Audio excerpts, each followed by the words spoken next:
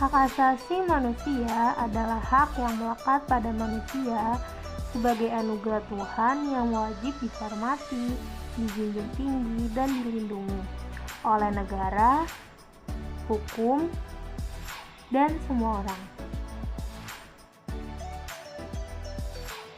Menurut John Locke, hak asasi manusia adalah hak yang langsung diberikan Tuhan kepada manusia sebagai hak yang kodratif. Oleh sebab itu, tidak ada kekuatan di dunia ini yang bisa mencabutnya. HAM memiliki sifat yang mendasar dan suci. Menurut Profesor Kunchoro Probopronoto, HAM adalah suatu hak yang bersifat mendasar, hak yang dimiliki manusia sesuai dengan kodratnya yang pada dasarnya tidak bisa dipisahkan sehingga bersifat suci.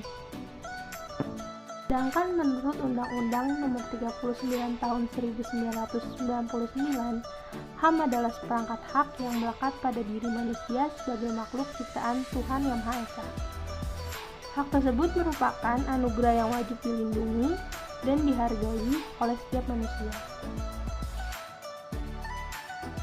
Fungsi utama dari HAM adalah untuk menjamin dan melindungi hak-hak kelangsungan hidup, kebebasan, dan kemandirian yang tidak dapat disangkal oleh siapapun. Ciri-ciri dari HAM.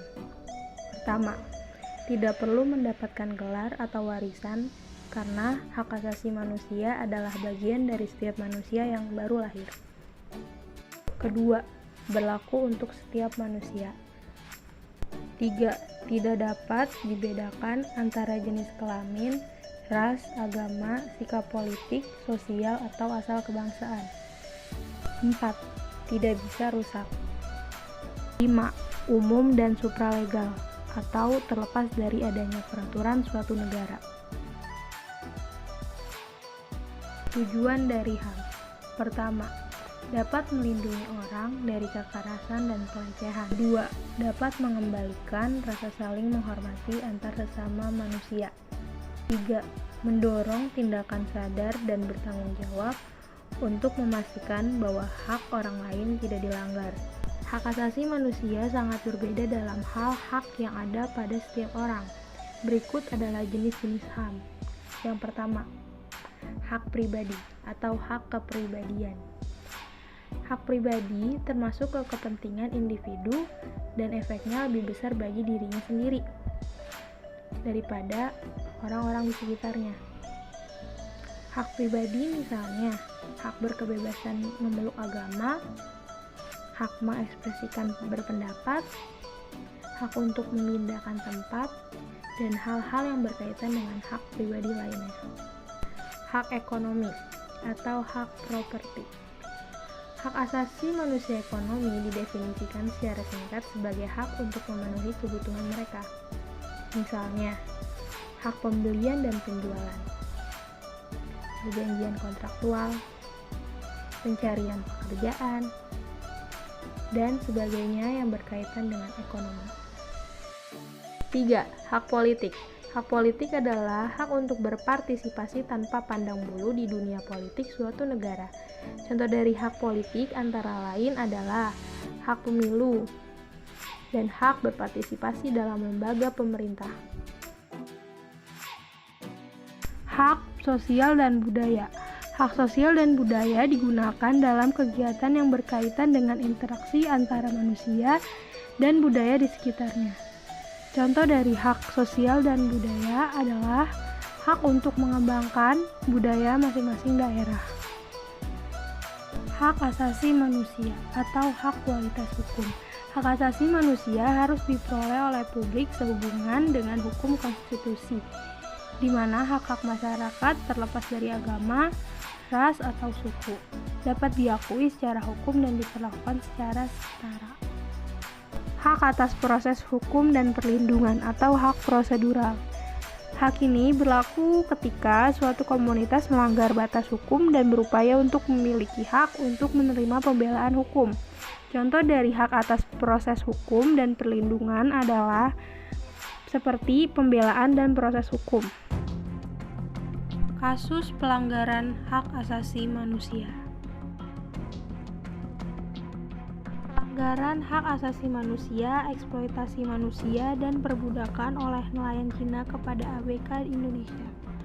Pada Rabu 6 April 2020, stasiun televisi Korea MBC melaporkan bahwa ABK Indonesia diperlakukan dengan buruk di kapal ikan nelayan Cina, yakni bekerja hingga 16-30 jam dengan istirahat yang minim. Menurut pengakuan dua ABK Indonesia yang dirahasiakan identitasnya, seorang rekannya yang bernama Ari 24 tahun meninggal karena sakit saat kapal tengah belayar. Jasadnya dibuang di tengah laut dengan upacara seadanya.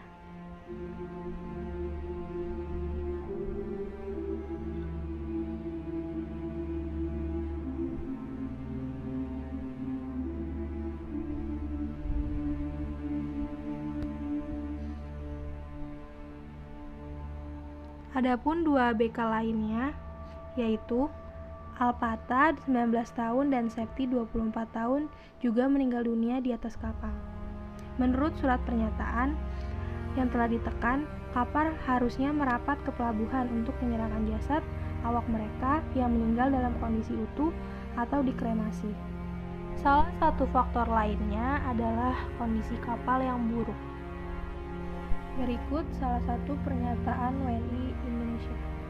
Awalnya kram, terus dia tahu-tahu kakinya bengkak, dan dari kaki itu langsung nyerang ke badan. Dia nyerang ke badan langsung sesak dia, Bu. Selain itu, para ABK WNI mengeluh mereka terpaksa harus meminum air yang disaring, sedangkan para awak dari Cina mendapatkan jatah air mineral dari botol. Emang pusing, emang nggak bisa minum air itu sama sekali, Bu. Pernah juga sampai kayak ada dahak-dahak di sini. Pemilik kapal juga memaksa mereka bekerja melebihi waktu yang ditentukan. Waktu kerjanya, Bu, jadi kayak berdiri itu sekitar 30 jam, dan setiap 6 jam kan makan ya. Nah, jam makan inilah yang dimanfaatkan kami hanya untuk duduk. Belum lagi bayaran yang mereka terima tidak sesuai dengan kontrak, yaitu hanya sekitar 120 US dollar atau sekitar 1.800.000 rupiah per bulan. Menurut pengakuan WNI yang bekerja di sana, kapal tersebut seharusnya menangkap tuna, namun mereka juga menangkap penyu untuk diambil siripnya. Kapal tersebut baru boleh merapat ke pelabuhan Busan, Korea Selatan pada 23 April lalu. Seorang ABK lantas dilarikan ke rumah sakit akibat mengalami sakit pada dada, tetapi meninggal pada 27 April. Pada saat itulah, sejumlah ABK WNI mengadu ke aparat setempat mengenai kondisi kapal tersebut.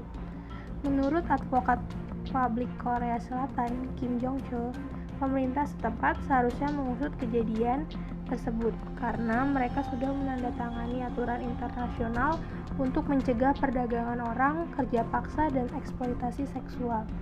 Akan tetapi, pada 29 April, kapal tersebut bertolak dari pelabuhan. Aparat setempat menyatakan sudah tidak bisa mengusut karena sudah di luar wilayah hukum mereka.